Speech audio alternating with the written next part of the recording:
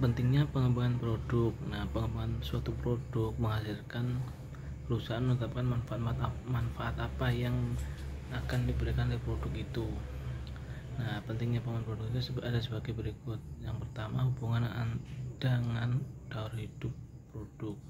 Ada dua hal yang diberkaitan dengan konsep daur hidup menjelaskan mengapa inovasi produk sangat penting.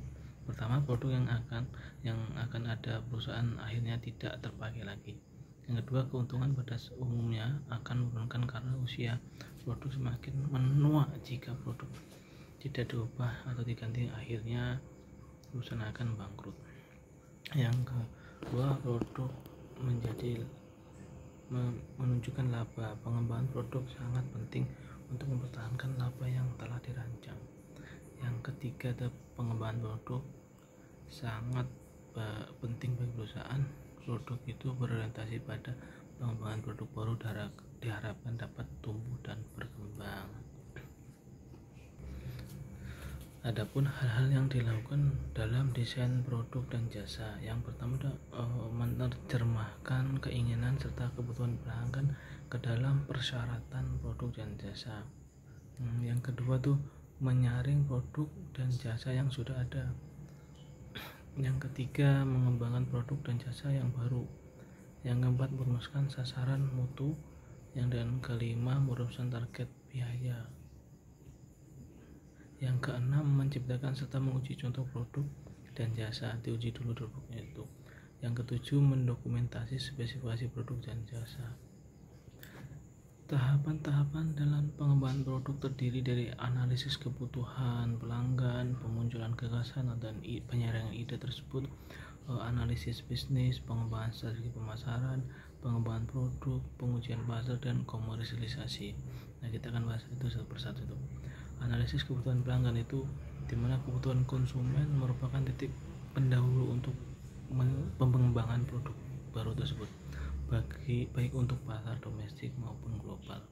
Produk-produk baru merangsang perusahaan untuk menciptakan sasaran unit bisnis dan korporat. Untuk menentukan lingkup produk dikembangkan, manajemen sering merumuskan garis-garis besar perencanaan produk.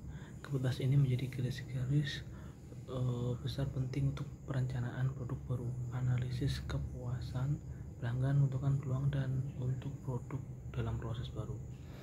Kedua, pemunculan ide atau gagasan. Pengembangan produk berawal dari pemunculan ide dan menciptakan ide. Dalam menciptakan ide tidak hanya seadanya saja, tetapi harus didefinisikan jelas tujuan dari produk yang ingin dikembangkan, dan harus jelas juga ada apakah modifikasi produk tersebut.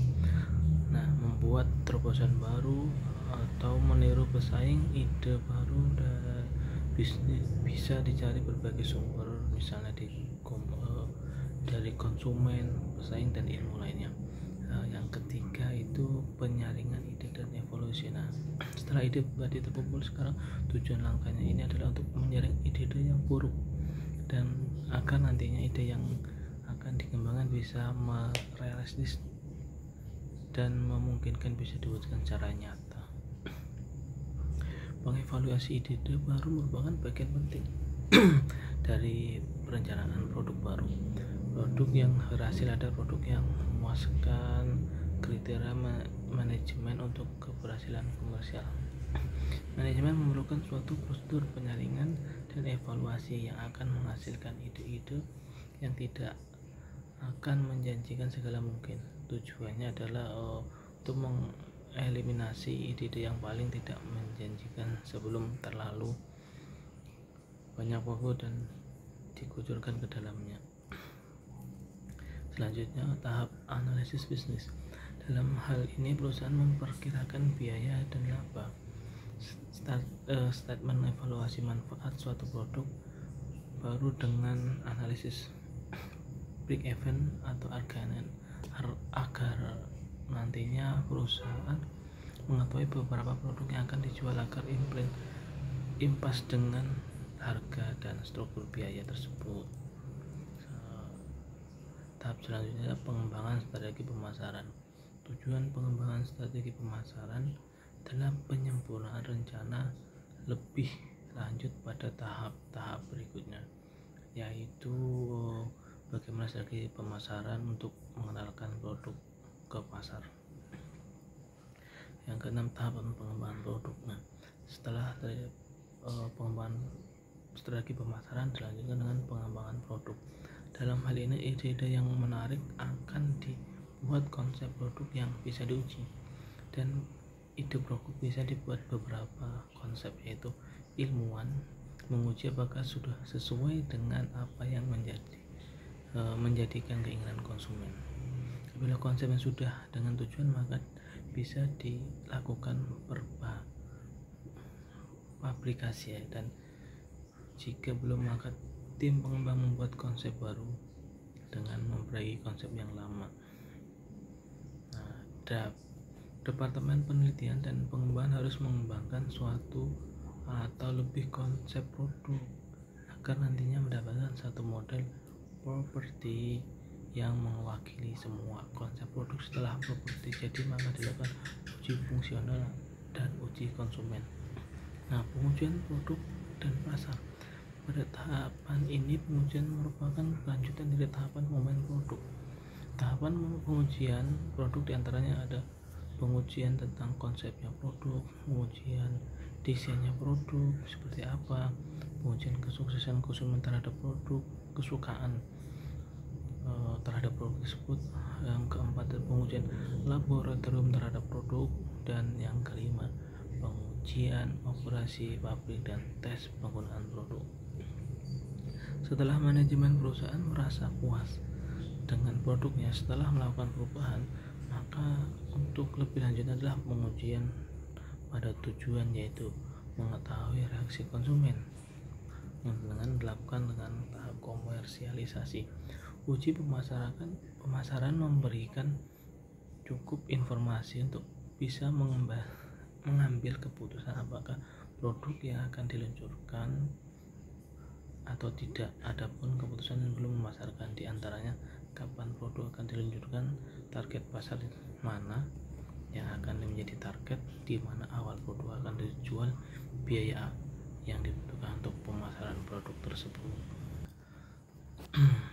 Penyebaran fungsi mutu. Nah, penyebaran fungsi mutu atau Quality Function Development QFD adalah pendekatan terstruktur untuk memadukan suara pelanggan ke proses pengembangan produk dan jasa yang bertujuan untuk memastikan bahwa kebutuhan pelanggan diperhitungkan dalam setiap aspek proses. Setelah kebutuhan diketahui, kebutuhan tersebut harus diterjemahkan persyaratan teknis yang berkaitan dengan produk dan jasa. Mendengar dan memahami pelanggan adalah fitur produk QFD. Jadi struktur QFD didasarkan pada serangkaian matriks. Model Kano dapat menjadi cara yang menarik untuk membuat konsep karakteristik desain dalam hal kepuasan pelanggan. Model tersebut menguraikan hubungan antara kebutuhan pelanggan dan kepuasan pelanggan untuk 3 kategori. Yang pertama ada kategori karakteristik desainer. Kata karakteristik yang harus dimiliki adalah karakteristik yang menghasilkan tingkat kepuasan pasar, tetapi tidak berpotensi meningkatkan kepuasan pelanggan melebihi tingkat tertentu. Yang kedua ada karakteristik yang diharapkan dalam desain akan menghasilkan peningkatan kepuasan pelanggan yang stabil. Dan yang ketiga ada karakteristik yang mengesankan. Nah, karakteristik ini menghasilkan peningkatan kepuasan pelanggan yang tidak sebanding. Manfaat QFD menurut Nasution. Nah, yang pertama ada fokus pada pelanggan. Jadi QFD itu memerlukan pengumpulan masukan dan umpan balik dari pelanggan. Informasi kemudian diterjemahkan dalam sekumpulan persyaratan pelanggan yang spesifikasi.